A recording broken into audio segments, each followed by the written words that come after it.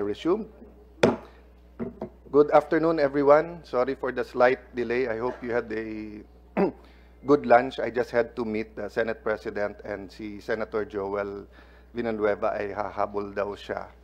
Let's just start with a short prayer. Hindi na ako mag-welcoming remarks. So whatever our religion, let's bow our heads and just put ourselves before the Lord Almighty. Lord Father God, you said to seek first your kingdom and righteousness.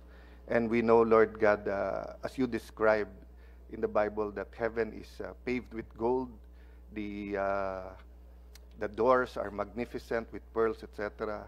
Lord, we only ask for efficient, safe infrastructure in our country, that people can travel, goods can be transported, that our economy can grow, that kahit na po rural yung area, ay may kuryente, tubig, internet, hospital, eskwelahan. So Lord, as we have this hearing, make this disaster into a opportunity, Lord, of a new start, that we will pay better attention to our infrastructure programs, Lord, and put things in order. We lift this up to you and thank you in Jesus' mighty name. Amen. Amen. Welcome, everyone. Mr. Secretary, I'll give you all the time. Do you want to make an opening remarks? And then I will start where we left off, mamaya. Thank you, Your Honor. Yes, I would be glad to have an opening statement, sir. Well, good afternoon to the honorable members of the Senate Blue Ribbon Subcommittee. On behalf of the Department of Public Works and Highways, I would like to reaffirm our full commitment to this esteemed committee's investigation, which aims to determine the causes of the collapse of the third span of the arch bridge of Cabacan-Santa Maria Bridge on February 27, 2025. Mr. Chairman, I also wish to extend my sincere apologies for my inability to attend the hearing on March 14, 2025, due to urgent matters that required my personal presence in the Regional Development Council 8 meeting with the President presiding himself. I am deeply grateful for the opportunity to appear before you today. Although I was unable to be present during the last hearing, I have been closely monitoring the proceedings remotely and with dialogue with my colleagues in the department. And I'm particularly mindful of the suggestions made by the good Senator Cayetano regarding the appointment of a single person or entity to spearhead the investigation into the circumstances surrounding the bridge collapse. In response to this, I would like to inform the committee that a special committee was established on March 18, 2025, tasked with conducting a comprehensive and in-depth investigation into the incident. This committee has been directed to submit its finding on or before 25 April 2025. Once the investigation is concluded, the DPWH will promptly provide the Senate Blue Ribbon Committee with the final report for your consideration. Please rest assured that the Department of Public Works and Highways is fully committed to cooperating with this investigation. We'll continue to work diligently to provide any additional information or documentation required by the committee as soon as it becomes available. Thank you for your understanding and good afternoon, Your Honor. Thank you, Mr. Secretary. And before we ask those who are attending today who weren't here last time to take the oath, I'd like to also welcome and thank Secretary Singson, former DPWH Secretary, and he's one of the architects of BGC Fort Bonifacio, because many of the groundwork happened when he was BCDA Chair. So welcome, sir. Would you like to give an opening statement? Thank you very much, Your Honor, and I'm pleased to be here, and hopefully I can contribute to the solution rather than the problem. Thank you for that. Actually, Secretary, whether it's sa LEDAC, whether sa halls of Congress, sa budget hearing, hindi naman sekreto sa inyo na maraming, if I can call it, sa DFA we call it pull aside, no? So it's not a scheduled meeting, but we pull each other aside, talk, and sometimes that's off the record. But hingi lang ako pasensya kay Sec Bonoan. I want to tell this as a starting point in this hearing, what I told him in the first or second budget hearing, if you remember, sir. I told Sec Bonoan na, Sec Bonoan, we all remember Secretary Vigilar. Si Secretary Vigilar, hindi pwedeng gumawa ng kalye na hindi kaliwa kanan yung drainage. So sabi sa akin ni Sec Vigilar, I was a young congressman, isa lang ang tinuturo sa engineering school sa kanila, which is drainage, drainage, drainage. Okay. Years later, hindi lang one side, gumagawa na rin tayong kalye na walang drainage. And then nagtataka tayo bakit bumabaha. So one of the legacies of Secretary Vigilar, and I think he was secretary for 2 ba or 3 presidents? 9 years, no? So 2 presidents.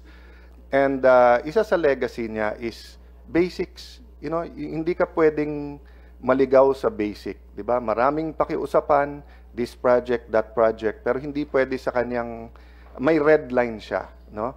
And I also told you, no, na I'm not an absolute fan of Secretary Singson, but I have to hand it to him. During his time, many people were complaining na walang kita because nga, they really brought down the cost and if not zero corruption, they minimal corruption. So ang nasabi ko sa iyo, Sec, ikaw at saka si Yusek Encarnacion, napakaganda ng reputation nyo. Huwag ka naman papayag na during your term, maturingan na most corrupt ang DPWH. I don't know if I mentioned to you then that kawawa naman yung 70, 80, 90% na matino kung papayagan mo yung 10, 20%. And have you seen the statements of Mayor Magalong? No. Sabi niya, 40% na daw uso. That could be an extreme, that could be I don't know. Here's, I am sure you're talking also, COA is talking and everything. So, why am I mentioning it now? Hindi para may mapaya, but because getting to the bottom of this can actually be an opportunity, can be a turning point for getting to the bottom of this collapsed bridge can be the starting point of reform in DPWH in this administration that will have far-reaching effects in the future. No? Why do I say that? Because nga, from admin to admin, so I've been in Congress since 1998. Bawat admin may reform, bawat admin may problema. And I remember noon, correct me if I'm wrong, Secretary Singson, di ba? President Aquino really didn't like dredging. Kasi ang tingin niya, pag nilagay mo yung lupa doon na umulan, bumalik doon, babayaran mo, hindi mo sure kung value for peso talaga. I think it was Duterte's time, nilipat yung pera ng road board kasi nga, yung sa road user stock, panay asfalto lang, minsan bagong simento, bagong asfalto, inaasfalto. So every administration may konting reform. But I remember from Secretary Villar's time to now, ang rule, wag na wag nyong titipirin o wag na wag nyong iko-corrupt ang building at saka tulay. Kasi ang building at saka tulay, and yung mga ganong klaseng infrastructure, pati netting. Grabe ang ano ngayon, ha? Ang balita about netting. Why those 3 projects hindi pwedeng galawin? Kasi pag tumumba ang building, wala kang kalaban-laban. Pag bumaksak ang tulay, wala kang laban. Ang netting is in areas na may slope, and pagka bumagyo or malakas hangin, pag may truck, may tao yan, nabaksakan ng tao yan, ang daling sabihin, sir, hindi kinaya, ganyan. But, you know, there's always one way or the other to see that, no? So anyway, I'll stop there, Secretary. And as I said, no, I'm an independent. I run as an independent. So sa akin, walang partido. Ang tama ay tama, mali at mali. But I look at this as an opportunity, diba? Not an opportunity to grill the DPWH and to say, parati na lang kayo, or may, but an opportunity nga na, where do we draw the line? and tell the contractors, hoy, 1 trillion na ang budget ng DPWH. Kikita't kikita kayo kahit anong mangyari dito. Pero ito yung red line. Huwag kayong tatawid dito sa line na to. Huwag niyong dadayain yung project. Huwag niyong kokorapin yung mga tao namin. Huwag kayong magdadala ng mga padrino dito. Whatever it is, no? And I think we will get to that point in this bridge because there are some telltales, no? So may I ask muna the Director General, sorry, but we do have to follow the protocol just to put everyone under oath, no? Your Honor, those who are here for the first time, kindly stand and raise your right hand.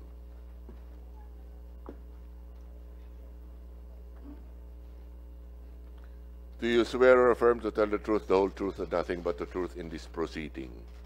Yes. Your Honor, everyone said yes. So, Mr. Secretary, sa mga kapatid natin sa DPWH, let's start with, I was expecting kasi talagang outrage. And may outrage yung public, pero hindi ko naramdaman kasi sa DPWH yun. Why? February 27 po yung hearing, ay yung kaganapan.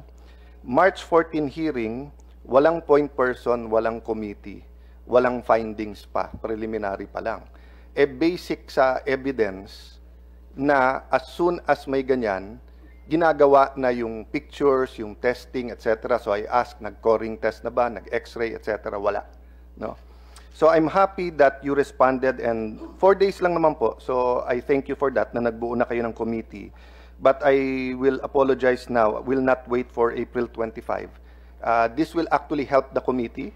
So just in case my pressure or that they have to change track, for example, it shouldn't be just DPWH, but they should have someone from NBI or COA. Let's go through something, Secretary, and then, Secretary, I have some questions that are for you, which are policy, but anything na detalye, feel free kung sinong tatawagin mo na nakakaalam. Of course, USEC people.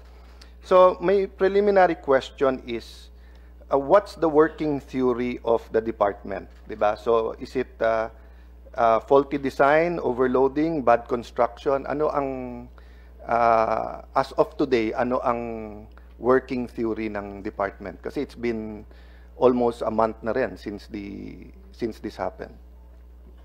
Your Honor, the working theory of the department now is actually to investigate deeply on the circumstances behind the failure of one span of this bridge. And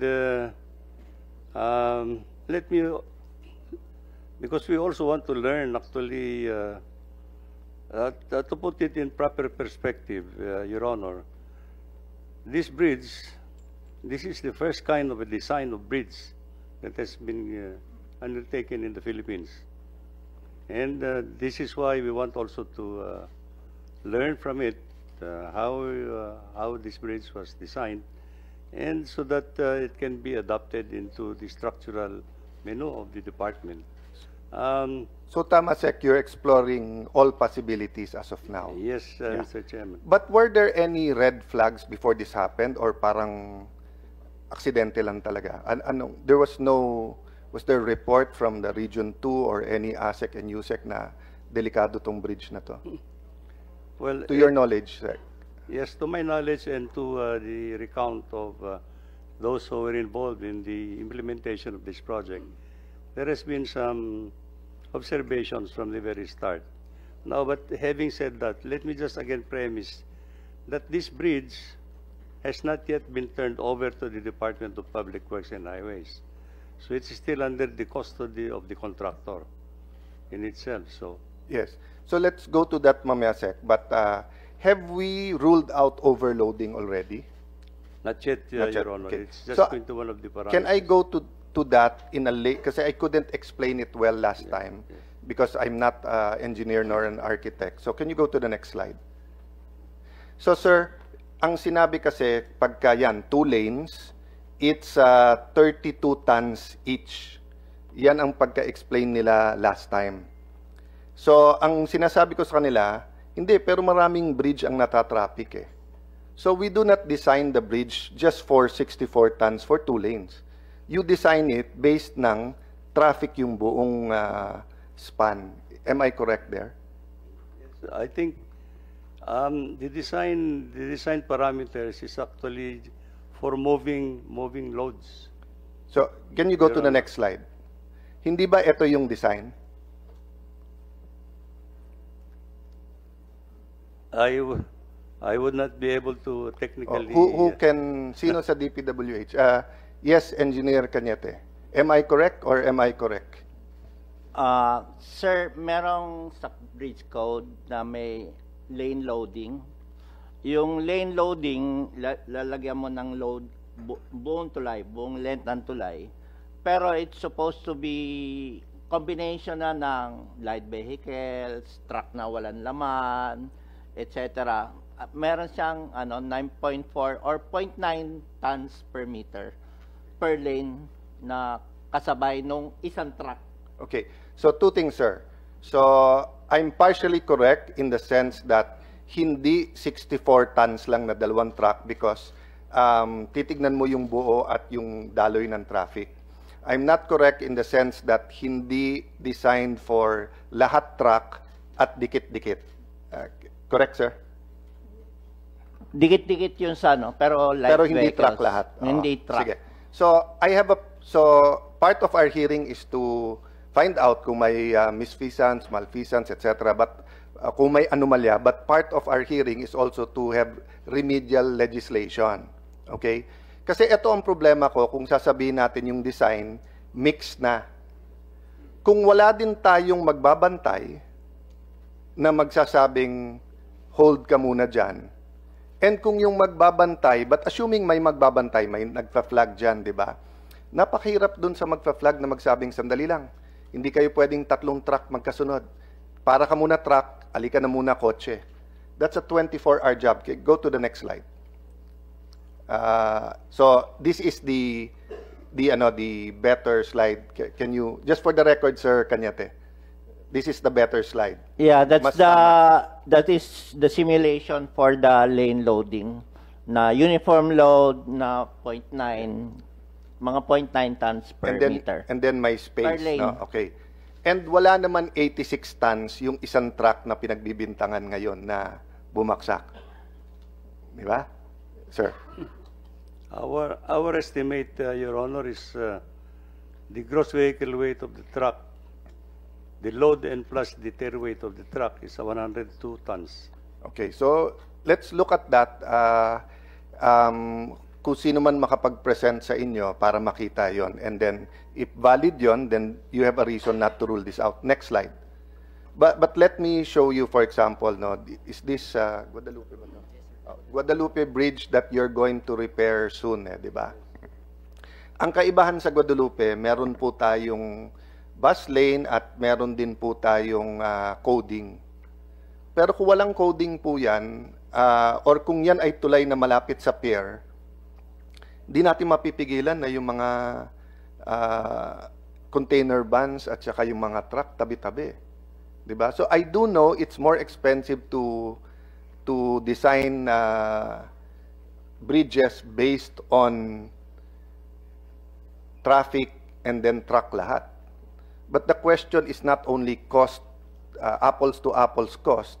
The question also is safety and the opportunity cost pag bumaksak. So ngayon na bumaksak yung sa Isabela, ang layo ng iikutan ng lahat ng sasakyan at truck doon, di ba? So may we take note of that, Secretary, and at the end of the hearing, ask you kung anong amendment nyo. Is this bridge code to, no? Hindi building code, tama ba? Bridge code, no? So what amendments do you think na kailangan natin sa bridge code? And upon the recommendation of Engineer Cañete, I think it was Yusek Pipo, and the LTO Region 2, I called Secretary Vince Dizon and told him nga about the problem of bigger trucks being registered and the coordination with DPWH, yung sa last hearing. No? Next slide, please. So, sir, ito yung, what do you call it, plan? The hanger connection. Ito yung hanger connection plans ng bridge. Na-present na sa inyo to, sir? Hindi pa? Na-present na. Next slide. Okay. Ito yung picture. Thank you very much, GMA7. And thank you din na nilagay nyo nga, design flaw, question mark. Sir, sa unang tingin nyo pa lang dyan, well, sinide to side ko na, no? Tinignan na ba after 1 month nung ating mga nag-iimbestiga kung meron pong bolts sa loob ng plate? Yes, Your Honor. I think we have looked into the connections at the bottom cord of Anong finding They are- po nila? Was the gasket plate, middle plate, bolts, all there? Ang design po nito hollow di ba? Hollow to, wala tong semento dun sa loob. Bolt ang ginamit nila. Yan ang design yan Yes, I think ang design ho niyan is actually may plate that is bolted on the side.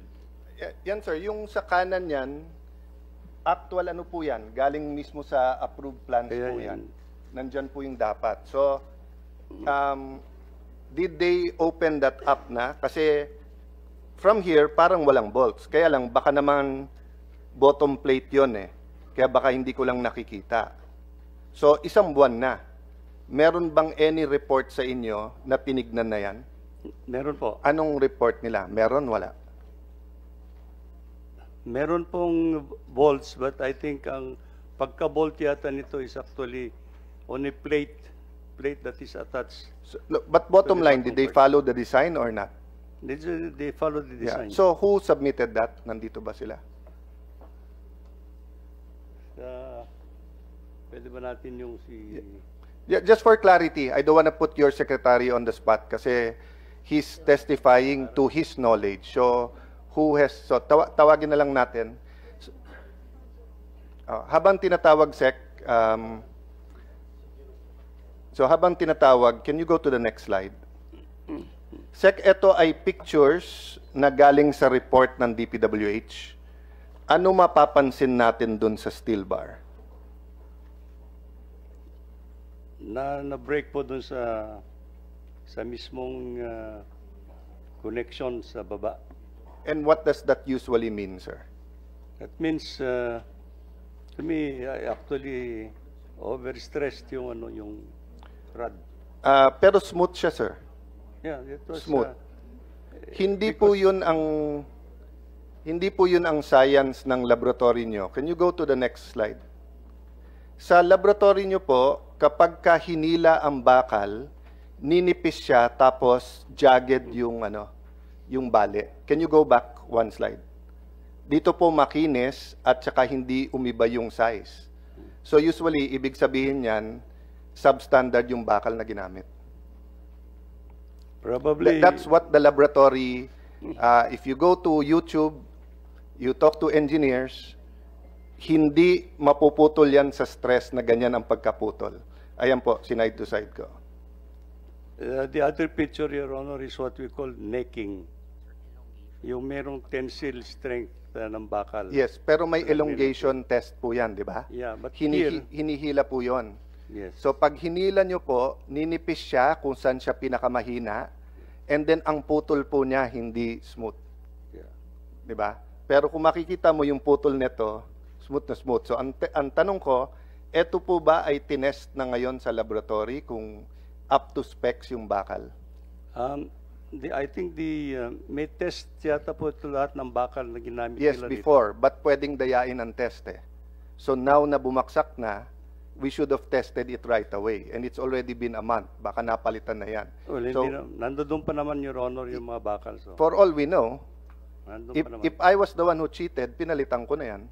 Well, there are other similar... No, but that's my point, Secretary. May bumaksak sa tulay sa Pilipinas. ₱1 billion tulay, and we don't seem outraged. And hindi binantayan at ginawa na lahat ng test. 1 buwan na. Yung coring test ba, ginawa na po? Yung coring test kasi, Your Honor, we don't find it necessary yung coring test on this lab at this point in time kasi intact I won't argue with you, Sec, because you're the engineer. But while we're waiting for your... Nandiyan na po ba? Yung ano? Yeah. Sir, please take the seat and microphone and introduce yourself, please.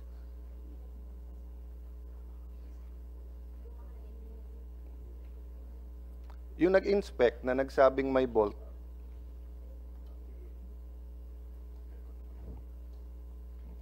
what's the next slide?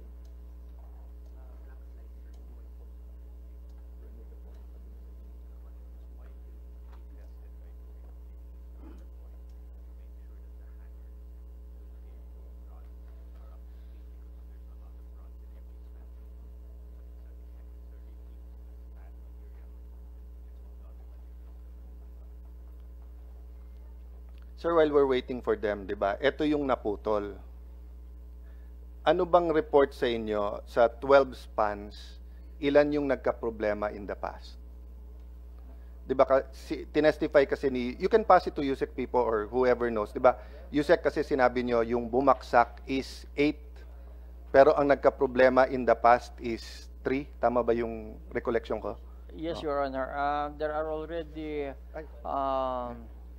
defects that were observed even before, even in our earlier, during the construction, they already perceived. But based on your knowledge, ilan spans ang may problema nun? Then I'll recognize lang our colleague.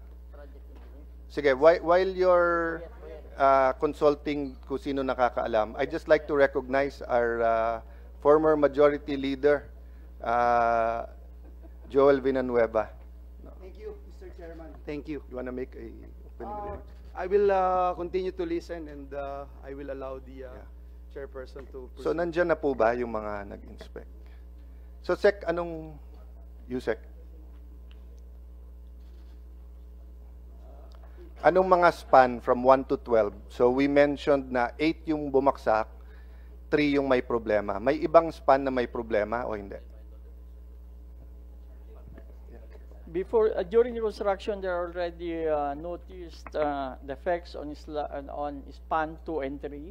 Then, Your Honor, then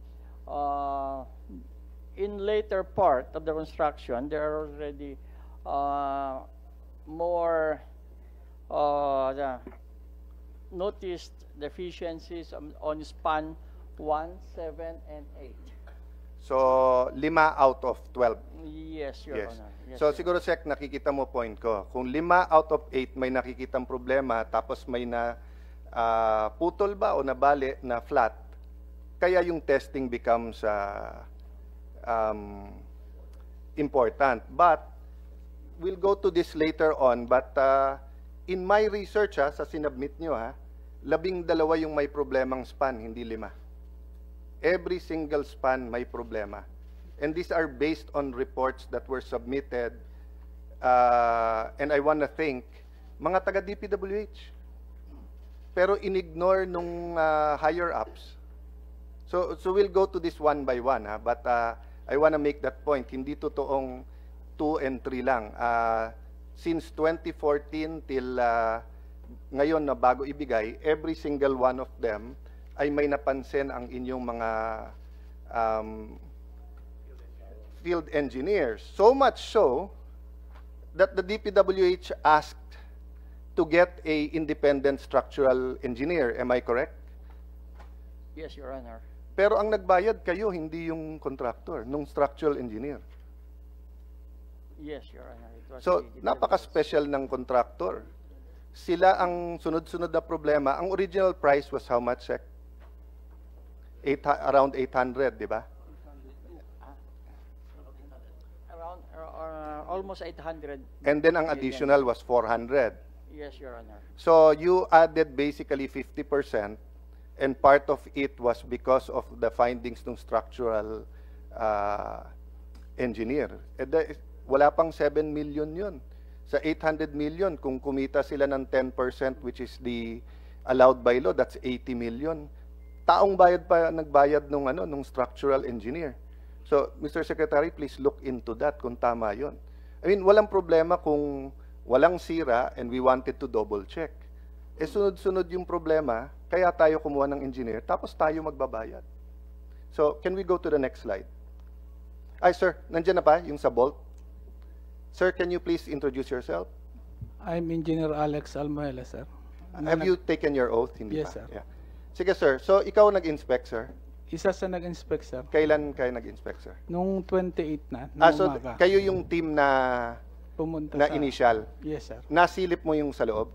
Hindi namin, sir, masilip dahil nasa taas siya, mataas ang ano. Sige. So, secretary, hindi nasilip. So, they do not know kung may bolt yun o wala. Yes. Di ba? Okay. So, as of now, wala pang sumisilip. Ano, bali, sir, may team na pinadala ulit. Sino yung mga yon? At kailan sila pinadala ulit? Ngayong umaga yata, sir. Kaninang umaga? Yes. Okay. After 1 month, Secretary. Yan, Secretary, mas confident ako kasi mahirap namang palitan yan and everything. I understand. But I won't keep repeating myself, Secretary, but can I put on the record that we should have a sense of urgency, diba, in getting to the bottom of this, no? So the other thing I ask USEC people is, have there been any preventive suspensions during this period?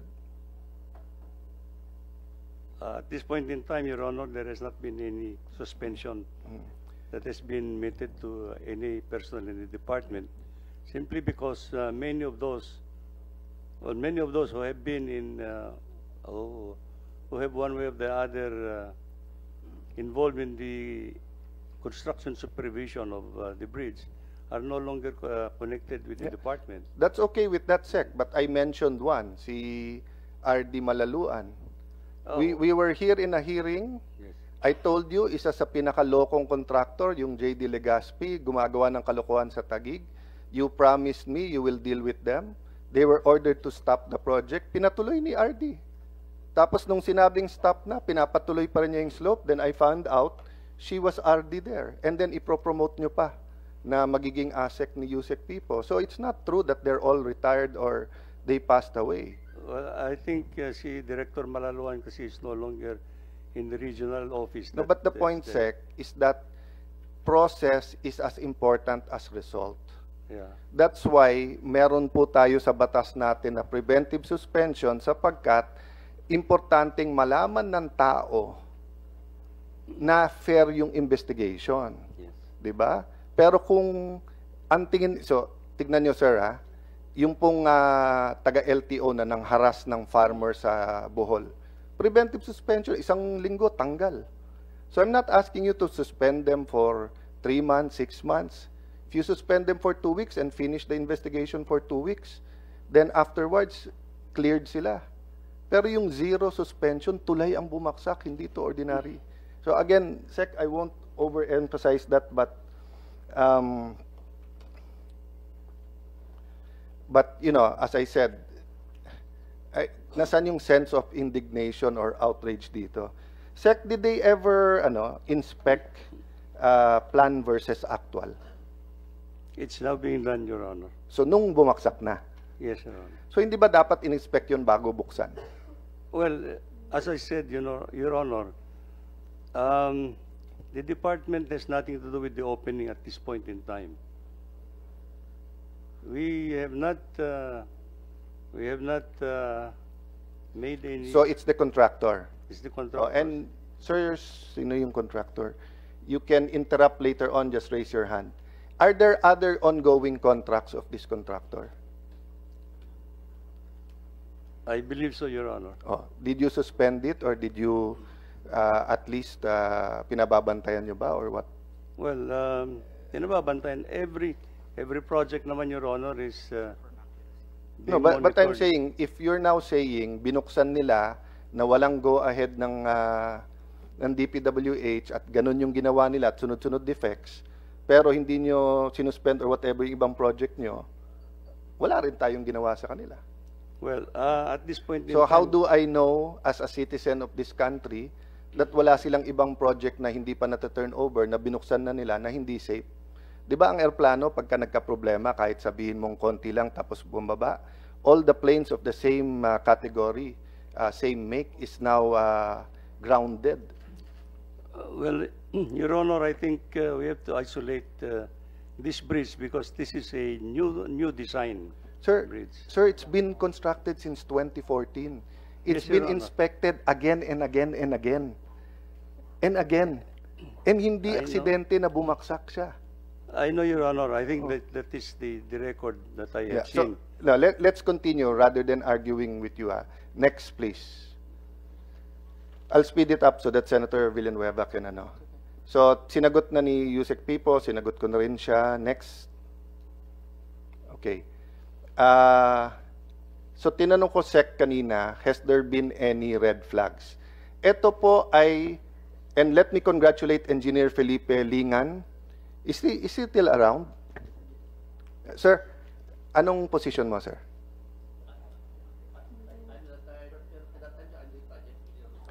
And then your, dito na, sir. Ito, makigamit ka lang. Importante to kasi usually sa hearing napapagalitan lang eh. Paminsan-minsan naman ang pasalamatan namin yung ginawa yung tamang trabaho niya. So sir, you retired as? Sir, I'm Engineer Felipe Lingan, sir. Okay. I'm already retired in DPWH since last year. Okay. I am the project engineer of that project from the start until my retirement. So what was your position when you made that report? I am the government project engineer, sir. Then by the time you retired, by the time you retired, were you promoted? No, sir. When did you retire? Just April of last year, sir. The reason I ask is at least preliminary, ha? Tingin ko ikaw ang gumawa ng trabaho mo. Kasi tingin ko na-promote yung hindi ginagawa trabaho nila eh. Tapos yung gumagawa ng trabaho niya, hindi na-promote. So, you made this report. Yes, Ang yes, sabi ng report nito, Mr. Secretary, the deck slab has shifted horizontally by approximately 100 millimeters, as manifested in the adjoining expansion joint of span 7 and 8. Second, the said horizontal displacement of slab has caused tilting on both columns of Pier 8 and significant cracks. Hindi lang cracks, ha? Significant cracks were observed along the side of the columns where tension was induced by shifting of deck slab. The bolts connecting the main steel girder to the arch structure near Pier 7 were all snapped due to severe shear. The outermost steel cross beam at Pier 7 was deformed or buckled, and the 25 millimeter steel rod end brace also snapped. 2018 pa lang yan, Sec. So, am I correct, not being an engineer or an architect, pag nakita mo yan, medyo alarmed ka na? I understand, Your Honor. This is the reason why we engaged the department engaged a private consulting firm. We'll go there, Sec. Pero after you engage, wala pa rin ginawa yung department. So let's go to the next slide. Let's go to the next slide. Ito po, June 18, si Robert Panaligan, Bridge Division to Lea Delfinado. Nandito ba si Mr. Robert Panaligan? You just, I just want to acknowledge you and thank you for submitting. Well, wherever he is, thank you, sir. Ito, the bottom cords at both sides of span 8 were disconnected from the arches at the location near Pier 7. All bolts, 8 pieces, were sheared off, snapped off of both connections due to horizontal displacement of the arc by 168 millimeters towards Pier 8. The floor beam and hanger rod connected to the bottom cord of span 8 has a vertical displacement of 50 meters and 90 millimeters, 50 millimeters and 90 millimeters. So on, ha? Comments. Initial inspection report, copy attached, was prepared by Bridge Designer Engineer Albert Cañete with his findings, conclusion, and recommendation on the damaged particular Pier 7, 8, and span 8. The following are our comments based on submitted report. Per conclusion in the report, the outward deflection of arches are prevented primarily by composite concrete and steel arches in adjacent spans. However, this construction procedure was not shown in the approved plan. So may hint na po na ang problema was construction, not plans. Kasi hindi daw shown in the approved plans yung construction procedure. Okay. The magnitude of cracks at Pier 8 column, number 8 column, ranging from hardline to 3 mm with about 100 to 200 mm interval, indicated possible yielding of the longitude main bars. This sideways movement towards pier number 8 and displacement of span 8 most likely has caused induced stress on the concrete and on its bottom chord. 4, there is no assurance at the construction of concrete arc of span 9 and its bottom chord free sliding will render a backward push to pier number 8. In our opinion, this can be delicate and risky operation. So, dun pa lang sa June 18, 2018, sinasabi na risky. Kanina, significant crack, ngayon risky. The initial report of Engineer Cañete should be properly endorsed by the original design consultants for their review concurrence. You remember this, Engineer Cañete? They're actually endorsing your recommendation. Yes, Your Honor. It's because just like what the Secretary said, first time itong ganitong klaseng tulay. And my main parang complaint ko lang is ang policy kasi ng DPWH, the designer is not involved sa construction. Yes. So that's maybe something we should look at then, Secretary. But my point is, hindi namin tatanggapin yung first time. Kasi paano kung first time gumawa ang DPWH ng new Senate building? So baka bumaksak yon? Wala na kayong Senado. I only get called pag No, I'm not talking about you, sir. I'm just saying na, yes, it's the first time, but when you do the first time, you do study after study, consultant after consultant, at lalo niyong tinututukan. So, I mean, there are certain reasoning that you can say it's the first time. Diba? But hindi siya blanket excuse na because it's the first time na may ganitong bridge. Is this more complicated than the San Juanico Bridge? Yes, sir. Kasi hindi siya regular bridge. Sa regular bridge kasi meron kang substructures, yung support. Tapos yung superstructure mo, pinapatong mo lang. So, you could have done it the way you did San Juanico, di ba? Yeah, usually, ang usual sa DPWH na alam ko na construction methodology is pag installment yung budget, unahin muna nila puro substructures. Yes. No, the reason I say that, Engineer Cañete, and I bring it up in front of you, Sec, because I don't expect you, kung 4-5 hearing to, I'm not going to say you have to be here, I know you're busy. But yun nga ang point ko. You could have done it the old way, ensure ka, or you could have done it the new way, the first time, but check after check after check, safeguard after safeguard after safeguard. And the first time na may red flag, nandun na tayo. But we'll see. Let me finish so that you will see na hindi pinansin yung mga, or yung remedyo were not really remedy. They were really more of yung kanto, remedyohan natin to. No? So in view of the above, it is recommended consultant be required, that the consultant be required the following. 1, analysis of damage condition, especially the effect of displacement and cracks in the overall structural integrity. So let me repeat that. Displacement and cracks on the overall structural integrity, include analysis of the induced stress on affected structural members and effect when subjected to live and seismic loading. 2, revalidation, rechecking of the original design analysis, particularly all connections prior to the implementation of the remaining works. 3, prepare plans or remedial measures supported the design calculation of the following: pier columns, connected bottom chords, steel hanger rods, floor system, and expansion dam. Kaya sir, kaya ko pinapansin yung smooth yung pagkaputol kasi sinunod ba to? Kasi winarn na di ba? Remedial countermeasure, if to be undertaken, shall be supported with complete analysis to prevent the recurrence of such incident. To your knowledge, Secretary, after the 2018 memo, was there a recurrence of such incident? Or USEC people or whoever was monitoring this project? After that incident, Your Honor, I think what we are narrating here is actually what has to be done in the retrofitting scheme. Okay. And the retrofitting was done in 2022, 2023. Okay. So let's continue para ipakita, sir, na hindi pinansin yung mga or it was taken for granted. Sorry. Next slide, please.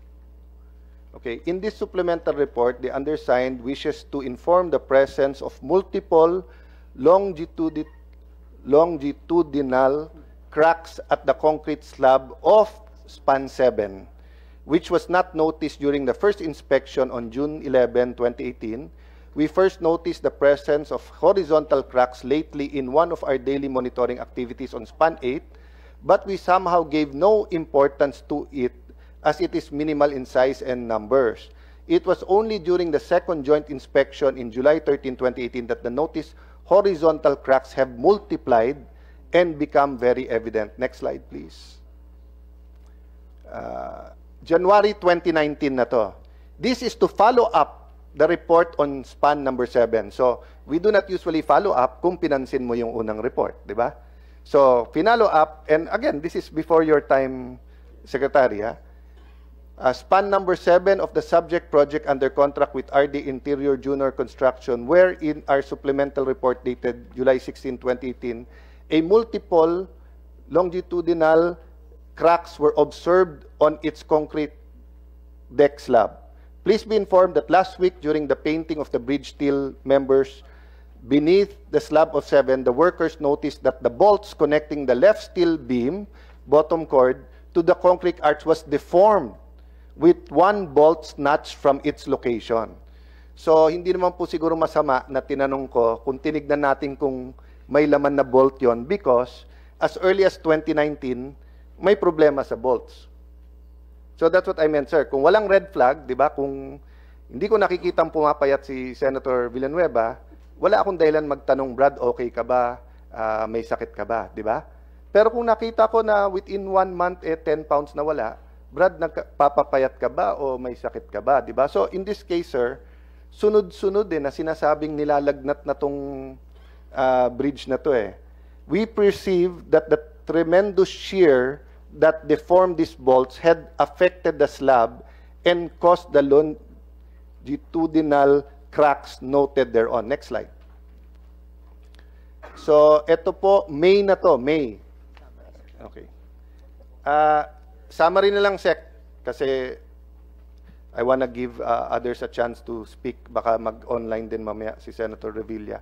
Span 7, additional cracks. Span 8, deflection of the pier. Span 9, bottom cord problems.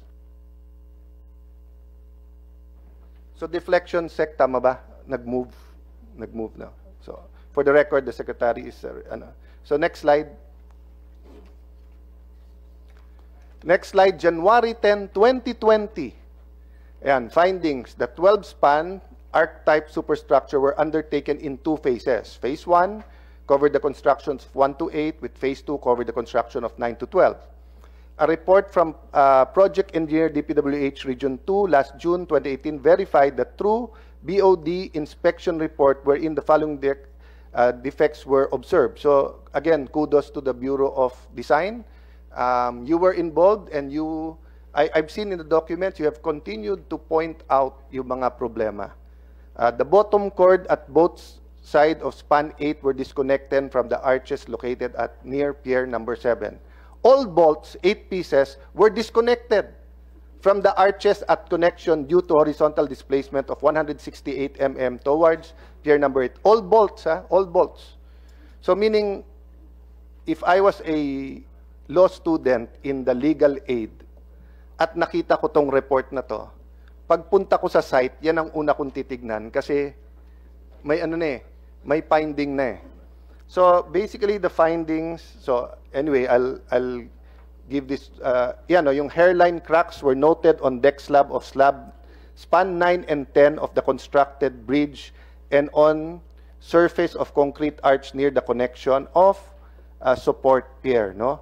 So, kita nyo po, no? All over may mga problema. Next slide. Recommendation. In view of the above finding, the composite team undersigned recommend the following: avail and hire the independent consultant. Yun ang sinasabi mo, Sec. And again, to be fair to you, I will be hard when I think it is your call. This was the former DPWH administration. Okay. Dito sinabi, because of all of that, hire a independent consultant to undertake the following, no? Tapos yan. Okay, next slide. So, on August 1, 2020, malayo na to sa una niyang ano. Sir, ikaw ulit to, no? So, PE, what does PE mean? Project engineer. Project engineer, Felipe Lingan, am I pronounce it right? To RD Loretta Maluluan. Findings, observation. All bolts connecting the steel bottom cords to the arches at span 1 was completely sheared off and snapped. All bolts. Okay. One of the 25 mm RSB sway braces at the first panel of span 1 snapped at its welded connection and buckled. So welded, it buckled. Diba? So usually, pag ganyan, check-in mo na lahat. Okay. A 20 millimeter horizontal displacement toward was observed at the expansion joint above, etc. Okay. Recommendation. A thorough investigation evaluation by the bridge designers must be undertaken, span 1, to formulate urgent remedial measures to be implemented to save the structure of span 1. So Engineer Lingan was already saying, pag hindi nyo to ginawa, hindi nyo masasave ang span 1. Request Urban Engineers Consultancy Group to speed up the submission of their report recommendations, which can be used as a basis for retrofitting. If I was the RD noon, I would tell the USEX, ASEX, and the Secretary, boss, 2 years na to, ang dami ng mga memo, may problema tayo dito. Malaki problema natin dito. But pareho naging pattern, may magsusumbong, kumuha tayo ng pangalawang titingin. Remedyo, no? So now the stress problems were now from 7 to 12, 7, 8, 9, 10, 11, 12. And then now, it's 1 and 2. So slowly, the defects weren't just in 1 or 2 spans. It was in all spans. Next. July 2023. So, sir, ikaw na ang secretary niyan. New administration na to. From Benjamin Lasam, State Auditor, Team Leader, COA po to, to RD Reynaldo Alconcel. Sorry, sir, Reynaldo. Reynaldo Alconcel. Deficiencies. There were noted deficiencies during the course of inspection as follows. Split post at Pier 4 and 5 collided, which resulted to horizontal cracks at bid height of the post. Multiple cracks at concrete arches were seen at span 1 to 8. Multiple cracks at deck slab of span. Deteriorated pre-molded filler at expansion joint of Pier 2 and gap of 85 millimeters instead of the supposed 20 millimeters indicated on the plan. Warp diagonal wind bracing at the concrete arch of span 3, 5, and 6. Transverse crack at both left and right sidewalk. Phase 2. There were noted deficiencies during the course of inspection following. Damaged concrete arc around the hanger rod of span 9. Multiple cracks at concrete railings. Cracks at concrete arches. Multiple cracks at deck slab. Factual question lang, sir. Since this was 2023 audit, ito ay after na yung findings ng independent and after the retrofit na. Your Honor, I think this was the time when the retrofitting was still being done. Kailan ba yan?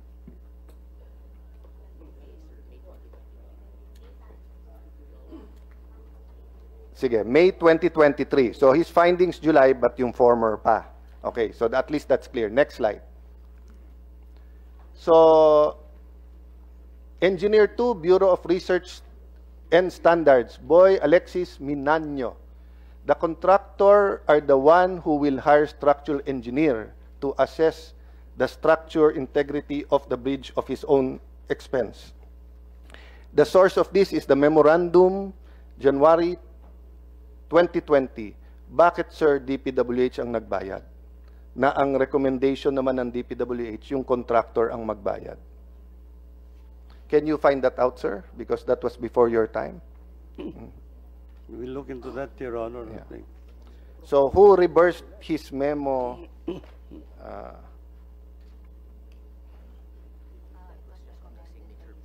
Yeah. 110 po yan sa signature page. And I think it was smart. Kasi nga, with all the findings before that, ano na po to 2020 eh. After seeing everything ng 2018, 2019, Di ba? Meron ka ng prima facie evidence na ang problema na sa construction hindi sa design Di ba? That's why nga pinatitignan mo sa independent structural engineer. Di ba? The structural engineer looks at the structure, not the design, di ba? Or both? Both. Both. So he look at the design and the actual construction. Yes, Yes. Your Honor, because I think these are interrelated. Interrelated. So sir, but you agree with me that pag may nakita ka ng problem after problem after problem, hindi dapat gobyerno magbayad nung pangalawang titingin.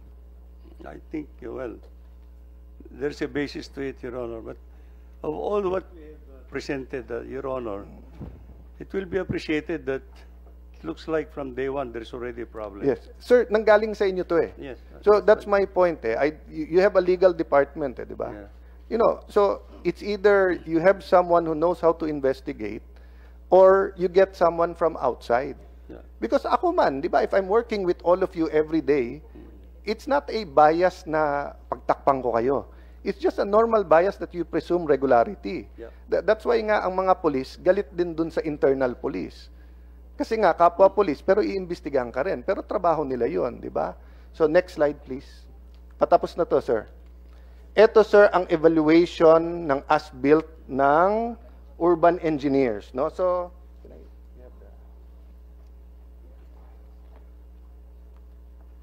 sinong nakaka-recognize? Ito po yung sinubmit ng urban engineers. Tama po? Sige. Okay. So ito po sinubmit ng urban engineers. Lahat ng naka-pink, ang ibig sabihin niyan fail. Okay. So anyway, kahit saan page ko tinignan, may kulay pink. Ayan. So, diyan na lang. Next page. Next page. Ayan.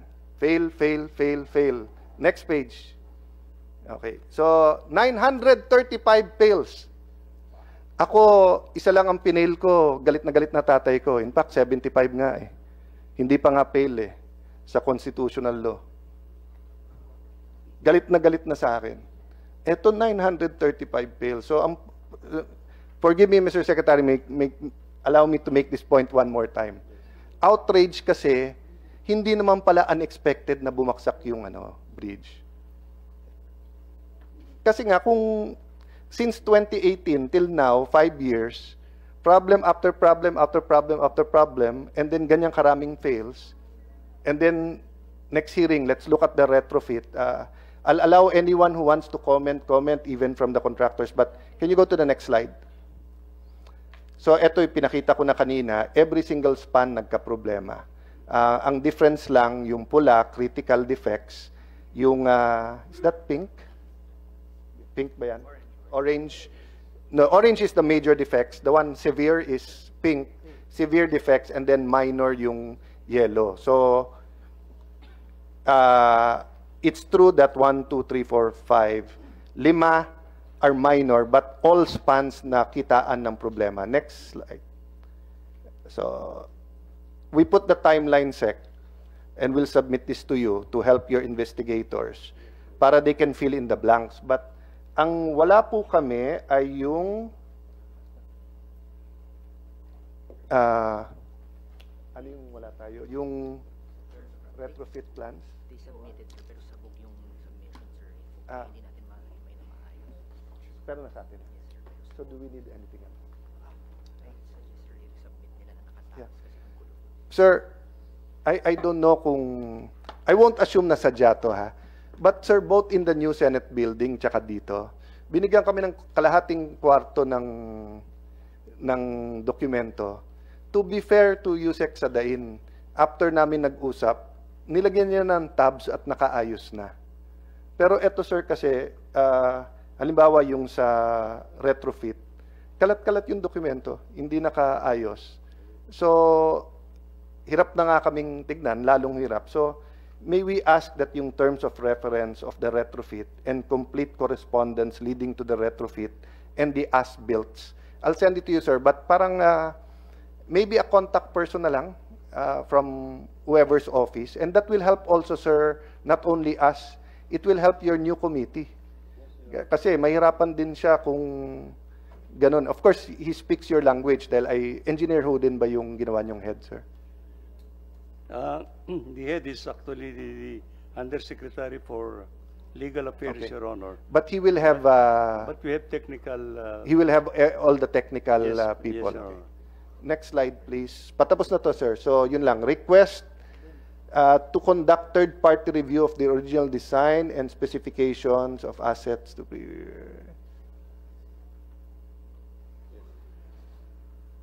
Sige, sorry. This is a...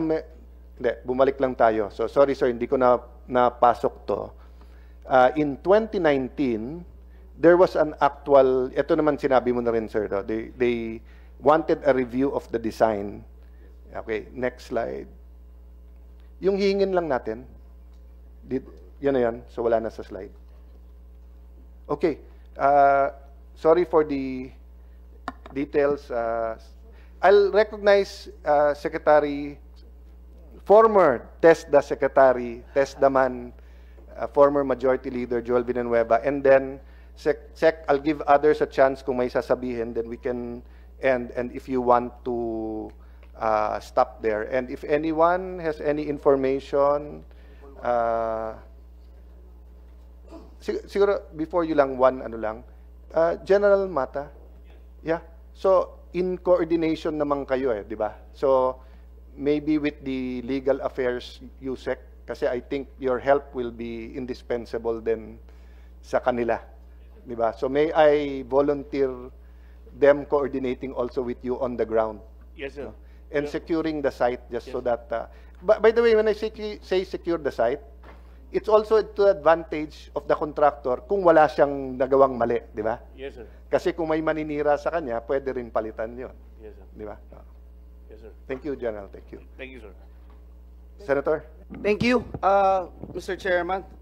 Good afternoon, Senator Cayetano, our colleague, our dear brother in Christ, to our resource person, Secretary Bonoan, our friends from the government, former Secretary Singson, my former colleague in the cabinet. Magandang hapon po sa ating lahat. First of all, let me state for the record my full support for this particular hearing for someone who has long raised, Mr. Chairman, concerns on overloading and road safety.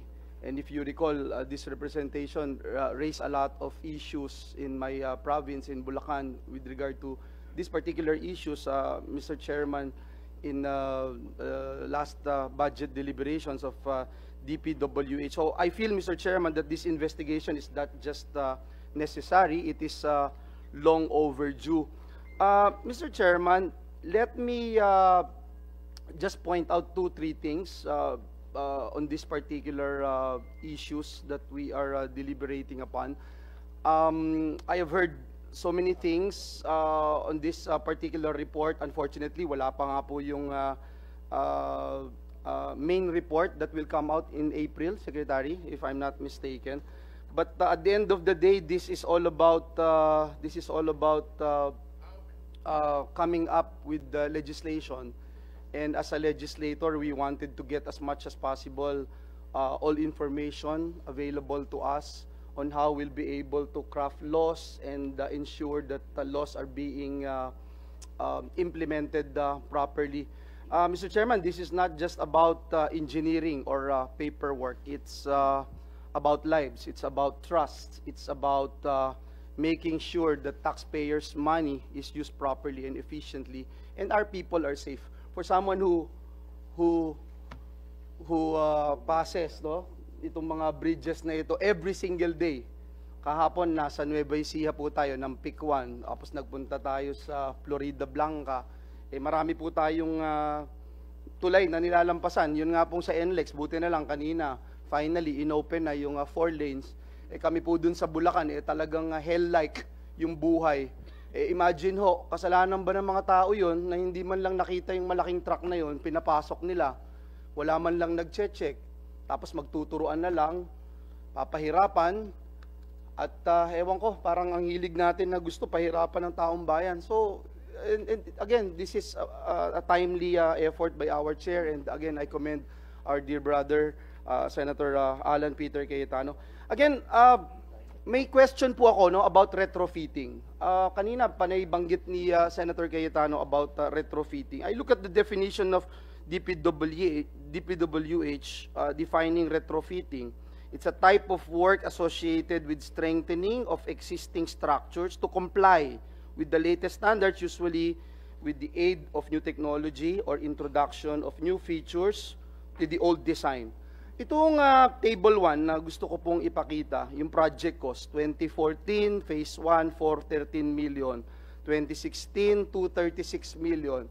2019, 153 million. And then ito na, yung retrofitting works. First contract, 275 million, 2024, 115 million. Total of 390 million. So this is about 1/3 of the total project nitong bridge na ito. Correct me if I'm wrong, Secretary, or anyone can correct me if I'm wrong. Retrofitting is usually done years after construction to improve safety or performance. Is that a correct statement? Because in the case of this Cabagan Santa Maria Bridge, the retrofitting works was nag-start po siya less than 5 years from the construction phase. In fact, less than a month, ano na po, no? Is this a usual practice, Secretary? Because on the average, how soon does DPWH start retrofitting works on a completed project, Secretary?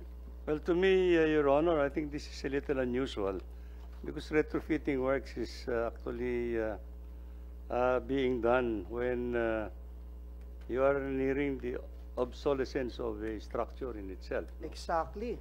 So, we have yet to use this bridge. But yeah, it's a little unusual because the retrofitting is actually being done during construction. Thank you, Secretary. May I, just on that, and I want to commend Senator Joel for researching the definition on DPWH. Sec, may discussion din kami, Senator, ni Yusek Pipo.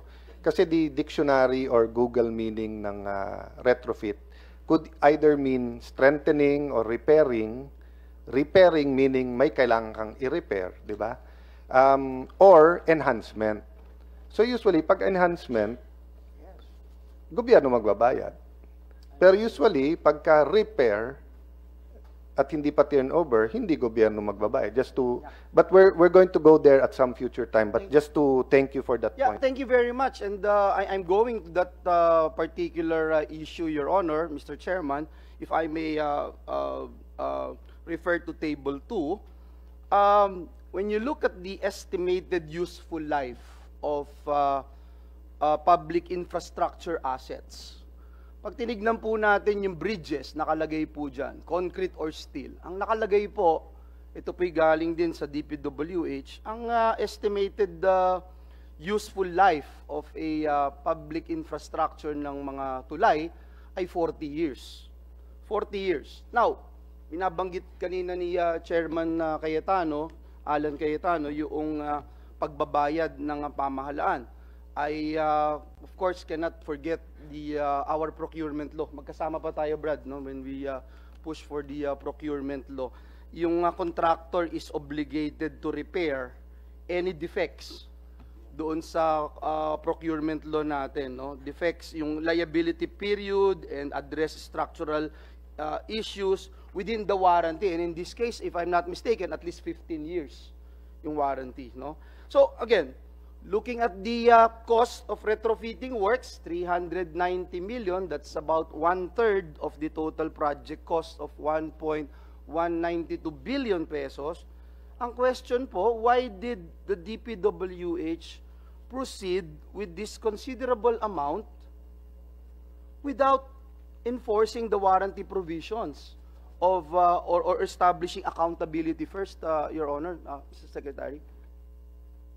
Well, as I understand, Your Honor, this was a decision of the department at that time. But I understand that because of the urgency of the need to retrofit the project, I think they went ahead. They went ahead to have it retrofitted.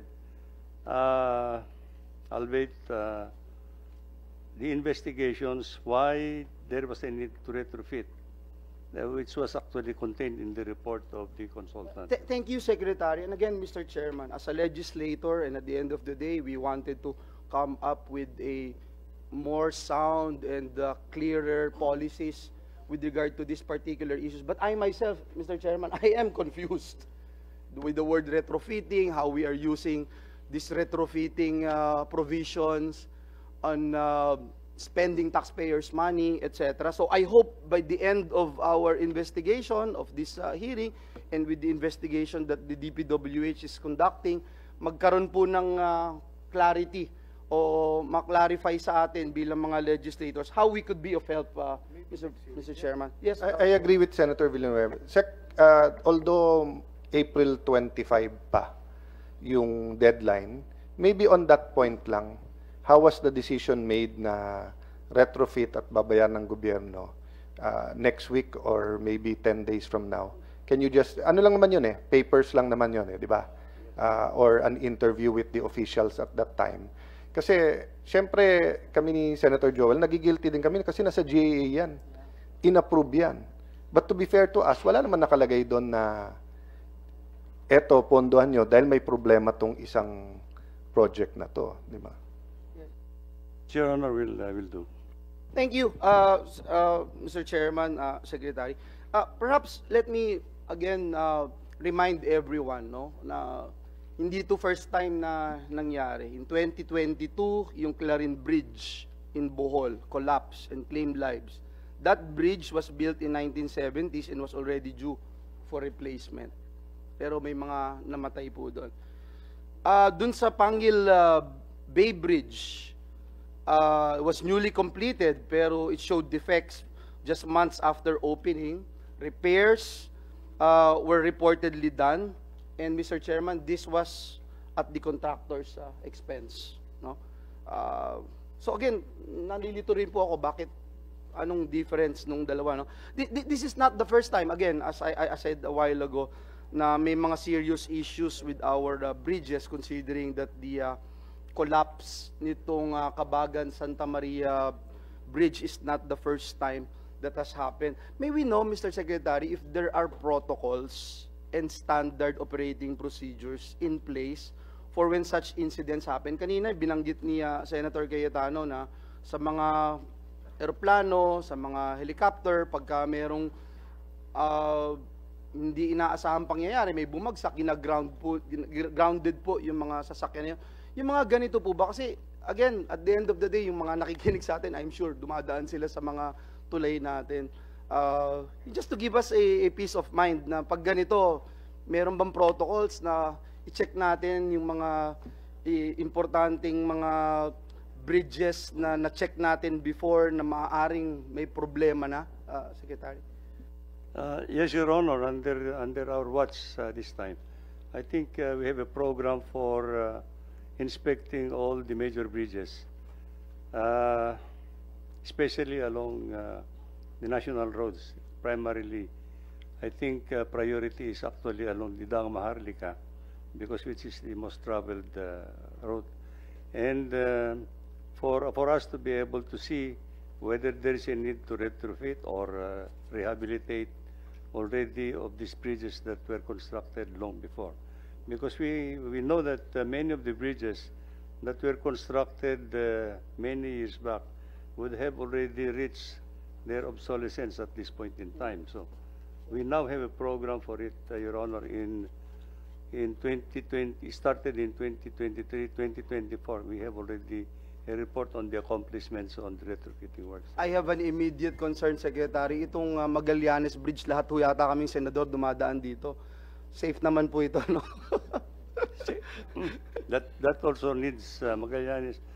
So we have been hearing a lot of rumors that we need to replace it, we need to do something about it, etc. Anyway, yes, thank you, Secretary. Secretary, no, malapit na rin po ako magtapos. I just would like to get your thoughts about this, no? Kanina at patuloy pareho kami ni Senator Cayetano been wondering bakit hindi contractor ang sasagot dito, unlike dun sa nangyari dito sa Pangil Bridge, Secretary, which is parang weird it appears that there's a different approach in this particular matter, wherein the government would pay, for example, for retrofitting without first determining who was responsible, and should we not be applying a stricter process here, perhaps, given that the bridge collapsed shortly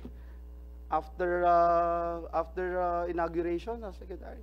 Yes, Your Honor. I think there has to be a policy with regard to that. But for the reconstruction of the collapsed span of the bridge, it is still under the responsibility of the contractor. And the contractor is willing to reconstruct the bridge any time that the department would give the go signal to reconstruct. The only problem is we are now undertaking forensic examinations on the bridge so that we would know to what extent should it be reconstructed under the original design or improvement design, or there will be changes in order to strengthen it. So at this point, Your Honor, I think the contractor is just awaiting for the instructions of the department to reconstruct. Yeah. Thank you, Secretary, and we will be waiting for that forensic examination. I also believe that's very important. And just to put on record, again, Mr. Secretary, ang dami, no? I'm about to go to Iloilo tomorrow. I remember there's also one in Iloilo, I think yung Ungka flyover, no? Isang problema din po yan. It was closed after 2 weeks due to subsidence, Mr. Chairman. And according to reports, it required another 300 million in additional works, pushing the cost to near 1 billion pesos. So, this is not an isolated case.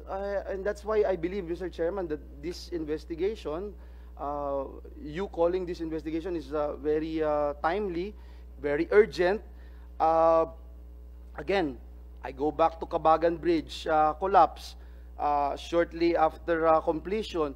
May we know, Secretary, how did the Department of Public Works and Highways assess its structural readiness and safety before opening to the public? Was the bridge, for example, load capacity properly monitored to prevent overloading? I remember seeing dun sa affidavit, no, dun sa item 10 nung affidavit, nakita ko, sabi nung tao dito, nung papasok pa lang kami sa bridge, lumabas ang isang flagman. Akala namin paparahin kami, pero nagsenya siya na pwede kaming pumasok, kaya tumuloy kami.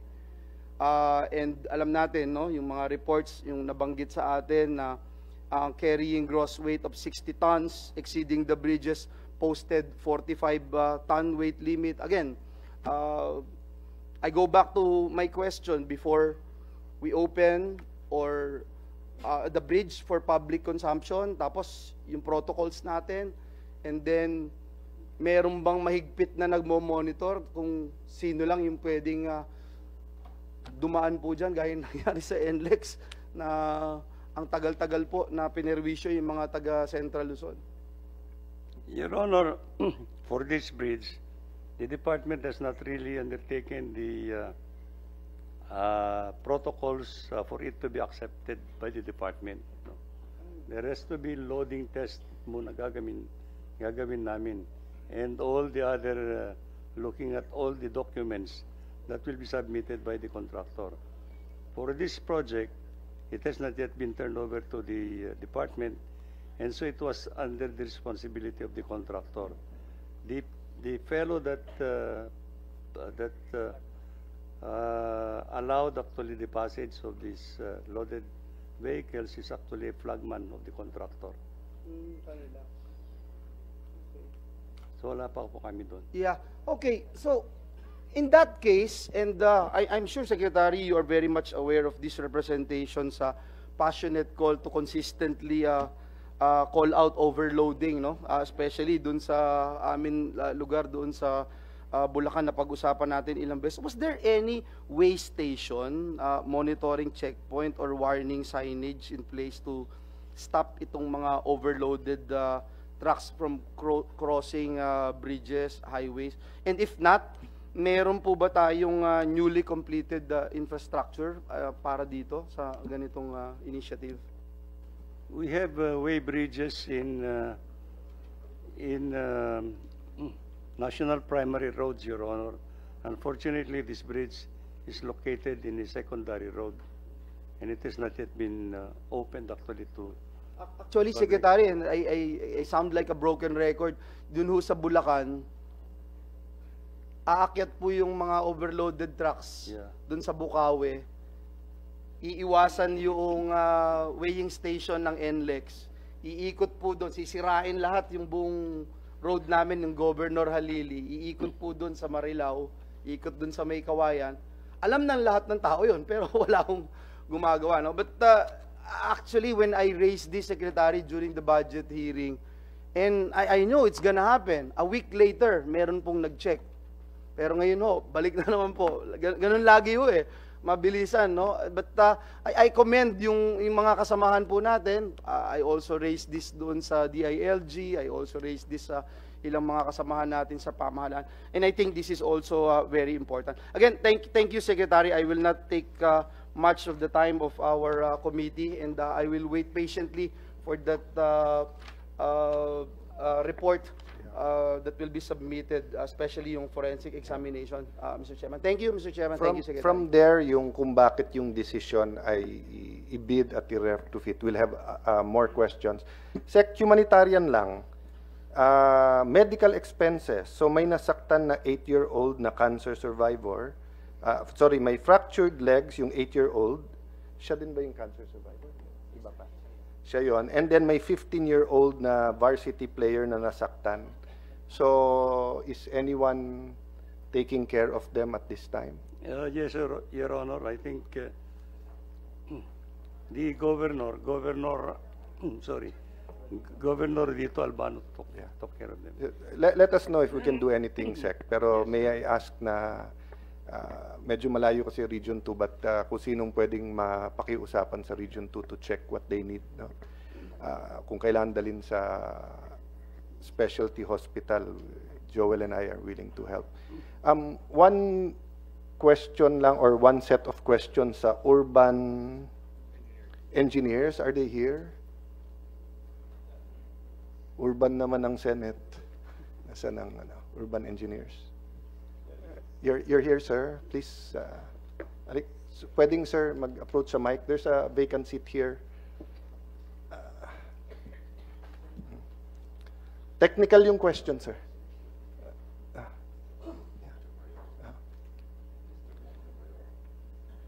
Tama, sir, Mr. Montemayor. I'm representing Engineer Amber Montemayor, but I am Engineer Randa Mabinales. Okay. Sir, urban engineers ang gumawa ng report? Yes, sir.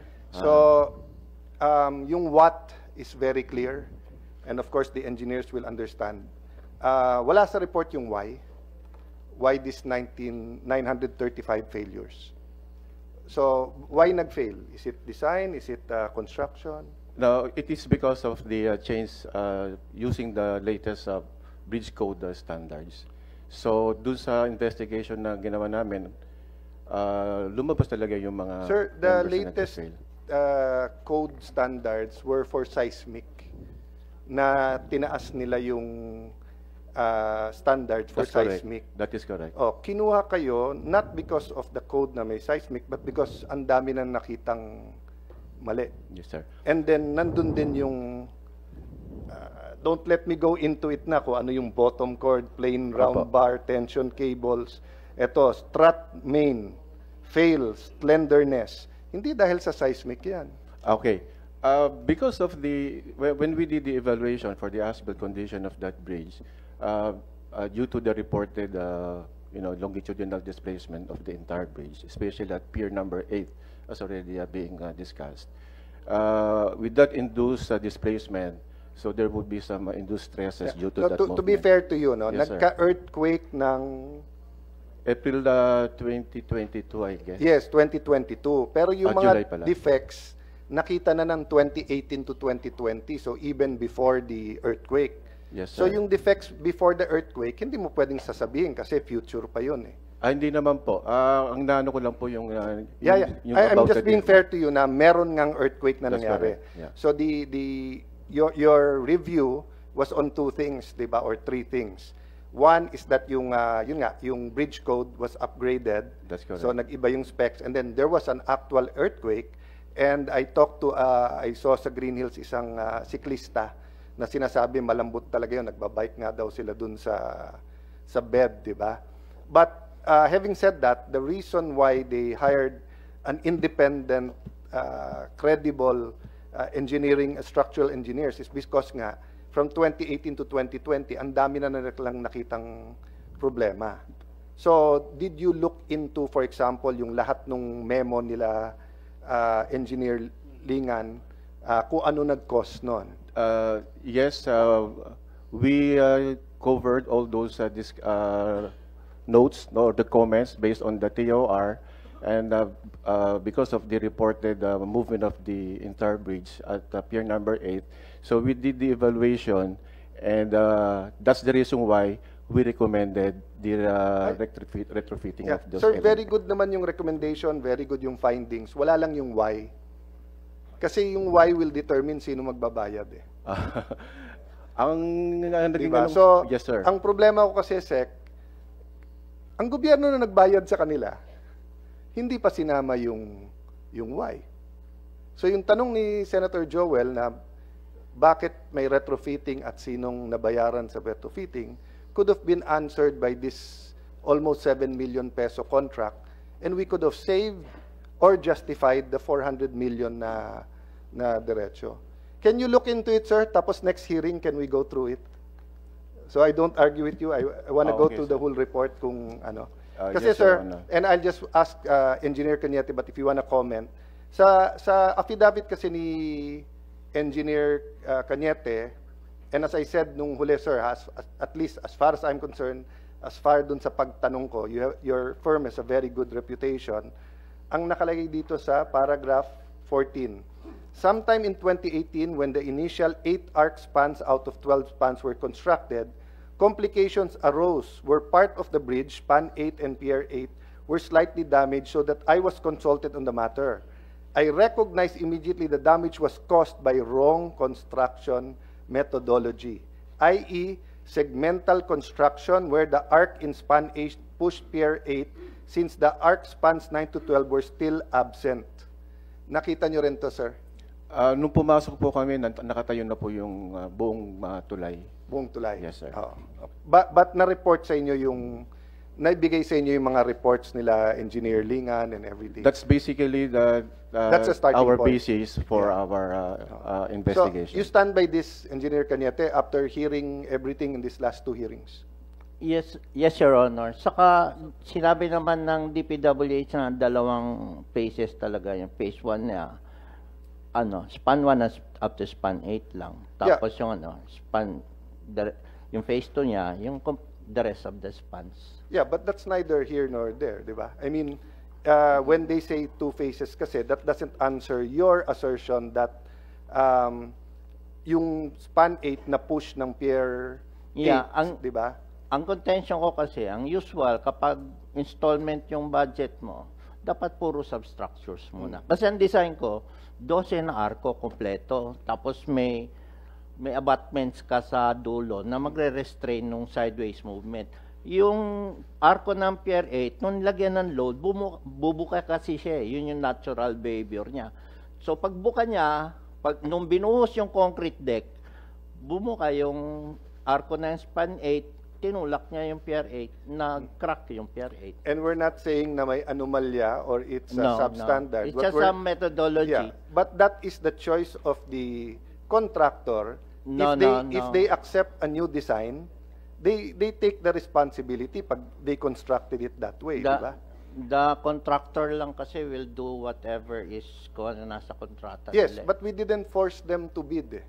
Nakita naman nila yung plano. Ang point ko, sir, sinasabi mo bumuka kasi nga mali. Dapat substructure muna, di ba? Yeah. Ang point ko, kung ako contractor, nakita ko yung kontrata, 800 million, tinanggap ko, mali pala na dapat hindi yun ang binid, dapat substructure. Hindi ko ngayon pwedeng sisihin ang DPWH kasi kusang loob ka naman nagbid eh. Or let's talk about that in Hindi the ko next na alam, hearing. sir, yung legality ng mga gano'n. Oo. Well, Sec, can I pass that to you? No? So, if correct, I'm not saying correct, if correct si Engineer Cañete, ang sinasabi niya, the design is good, but since Phase 1 and Phase 2, mali yung pagkahati ng Phase 1 and 2 because nga, bubuka yun. But sa akin, kung contractor ka, meron ka rin architect, may engineer, may structural, hindi ka magbibid nun na tingin mong mali yun. Di ba? Ang abogado, pwedeng kumuha ng kliyenteng guilty to protect his right. Pero ang engineer, hindi pwede magbid para sa isang kontrata na mali kasi eventually siya magbabayad noon. He cannot now say na, sir, ang pinabid mo sa akin, mali. What's this?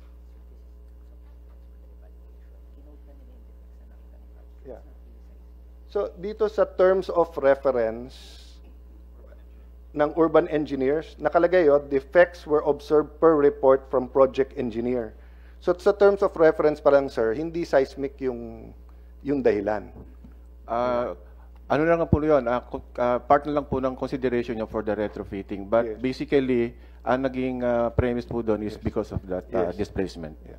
But if I remember my law, you were contracted by the Republic of the Philippines. So, meron kayong obligasyon na findings nyo.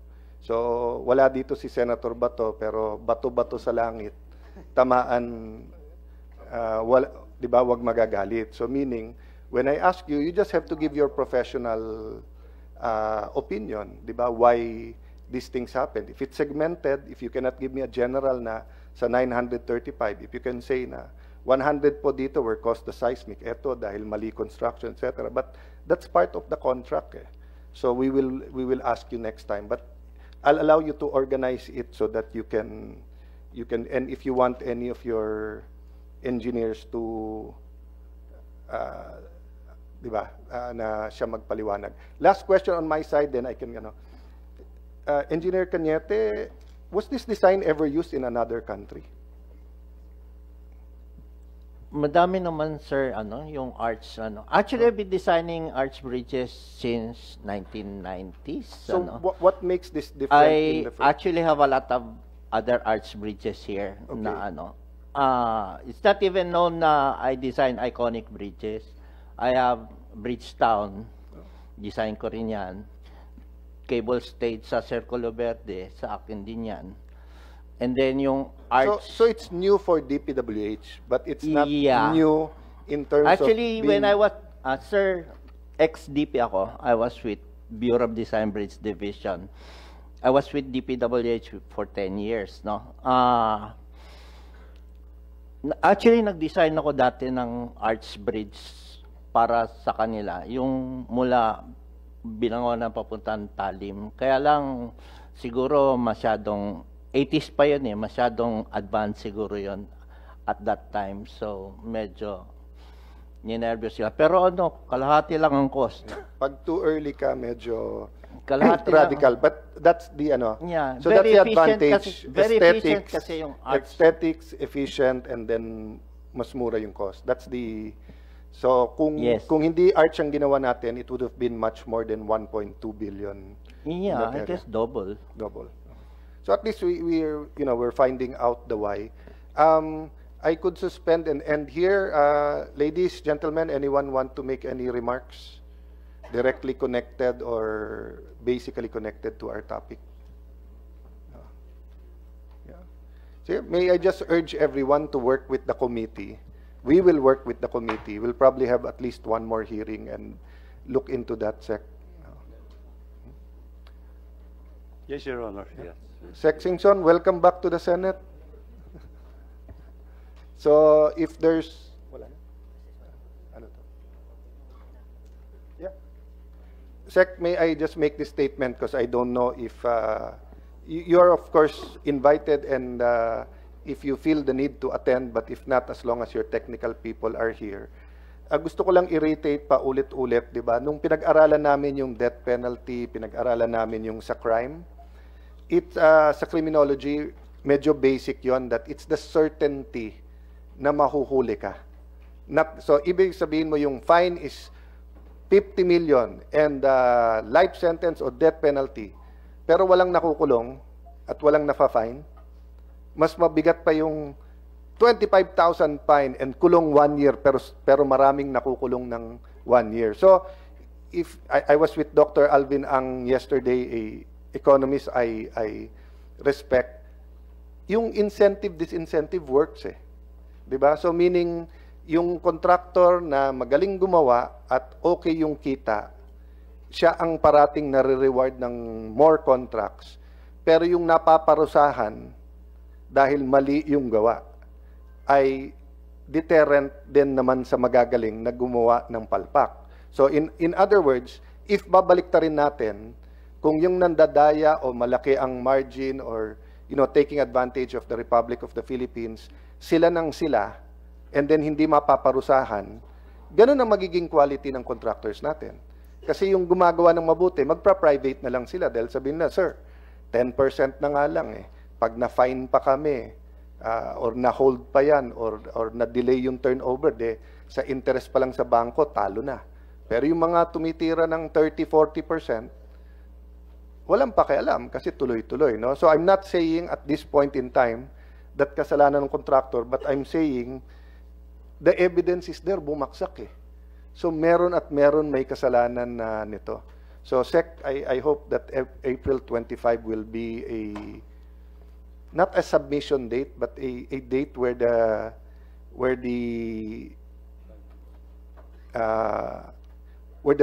DPWH draws a red line. Diba? Na hanggang dito lang kayo. Pag tumawid kayo dito, we'll go after you. Diba? So kung, ano ba election ngayon? May 12? Kung May 12 ang ginawa mong deadline, SEC, o May 11, dapat parang election yan eh. Diba? Parang tatanungin mo lahat ng Pilipino, sang-ayon ka ba sa desisyon ng DPWH? No, for me, it's this important. Kasi we're really talking, 1 trillion peso budget eh. Hindi ko minamaliit, SEC, na ang hirap bantayan lahat yon, di ba? Pero ito ang rule ko when I was in DFA, pati as speaker. Hindi ako naghahanap ng nasasampulan. Pero pag nag-volunteer ka, pagbibigyan kita. Di ba? Hindi ka nga naghahanap ng sasampulan eh. Nag-volunteer. Boss, ginawa ko, bumaksak. Nag-volunteer ka. So, I hope when we get to the bottom of it, we will not, walang sacred causa na dito kasi nga tulay ito, Sec. Thank you. So, for the record, sabi ni Sec na, yes, no sacred cows on this. No? Thank you. Anyone else? Sir Cañete? Sir, pwede mag-comment sa sinabi ni Honorable Senator Yes, Villanueva yes, sir. saka Yes, sir. I'd like to emphasize na in the annex C dun sa affidavit ko, sinabi ko na obsolete bigla yung design ko kasi 2012, 2013 ko siya dinisign eh. 2014 nag-start yung construction. Biglang 2015 nagbago yung code. Ang tagal nitong, alam ko mahaba tong tulay na to, 1 kilometer to halos. Abutin to ng matagal, apparently 10 years. So, talaga mo obsolete yung design ko. I recommended in writing na kailangan i-redesign talaga to. And I believe na yan ang main reason kung bakit ganong kamahal ang retrofit. Kasi buong design ko kailangan i-retrofit mo. But sir, to clarify, it was only obsolete vis-a-vis the new bridge code as to seismic. No, lahat. Kasi pati yung vehicular load, dati kasi ang design ko, truck lang. Ang 2015 na code, truck, pati yung lane load, yung sinasabi kong 0.9 tons per lane, sabay yun. So, pati yung vehicular load, tumaas sa bagong code.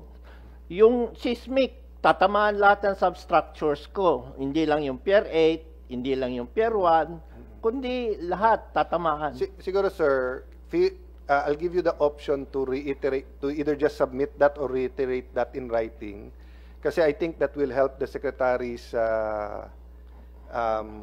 investigation. It will help the committee. Yeah. But I want to point out, that doesn't mean that we're ruling out faulty Yes. construction. Tama po ba? Yes.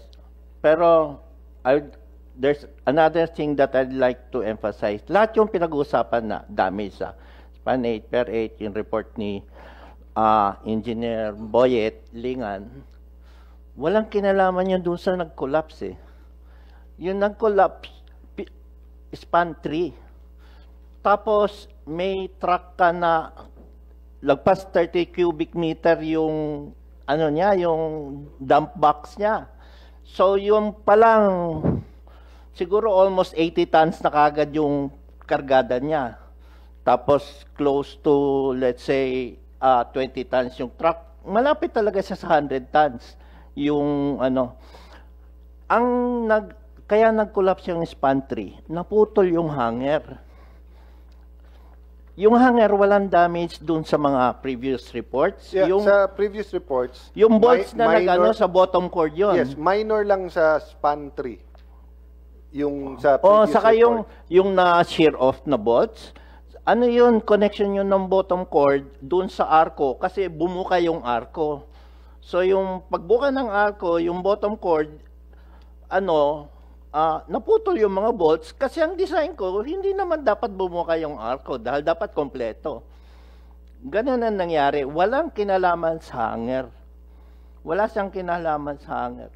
So, I'm very confident na kapag forensic investigation to, overloading talaga kasi yung weight ng axle load, yung axle na katapat ng hanger, is already 4 times ng ginagamit namin sa design. So no way na mag-survive yung namin. Except dun sa drawing na pagka-traffic, medyo magkadikit pa rin yung 100 tons dun sa ilang tons yun. Kasi sir, yes. I mean, you may be correct, but that's why I'm concerned if you are correct. Most bridges in the Philippines, nata-traffic tayo. And kung you're correct na it's overload that way, then we're going to expect na maraming bridge na babaksak. I'd like to correct, sir. Hindi yung mata-traffic kasi pag na-traffic ka, yung pangalawang drawings mo na may mga kotse yes, na lang. Yes, yung may enough. Kasi ito, pag nakita mo yung video na sinubmit ng PNP Region 2, hindi naman sila traffic. At saka, ang layo na ng pinunta niya bago siya bumaksak dun eh. Yeah. Anyway, we won't make conclusions. We do appreciate your input. Maybe what we can do is before or after hearing 3, I'll offer to your chairman to the USEC for Legal Affairs. We can have a technical working group. Yes. Ang mag-usap architects at engineers para, we can get this on record. Kasi ang problema ng hindi technical working group o dito, or hindi nyo pinasa sa amin in writing, di ba? But from a lawyer's point of view kasi, engineer, yung 2018 to 2022, daming eh. But I hear you. You're saying nga na kung from 2014, 2016, nirebid nyo na lang, you use a different design, baka hindi nangyari to.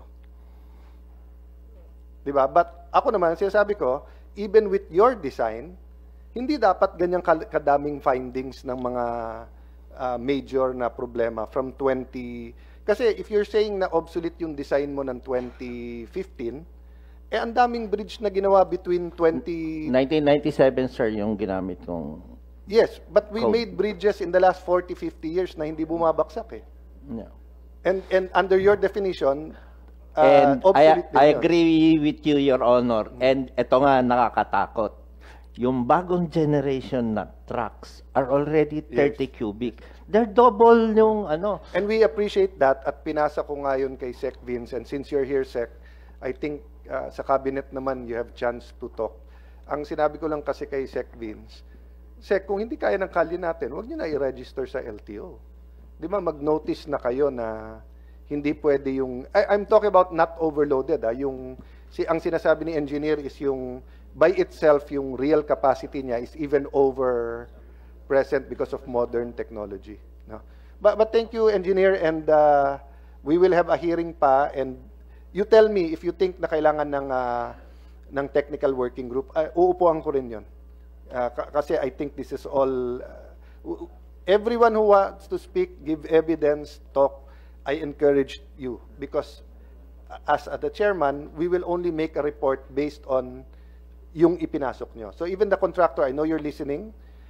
Consult your lawyers, consult your engineers. Feel free to submit whatever you want to submit. Okay?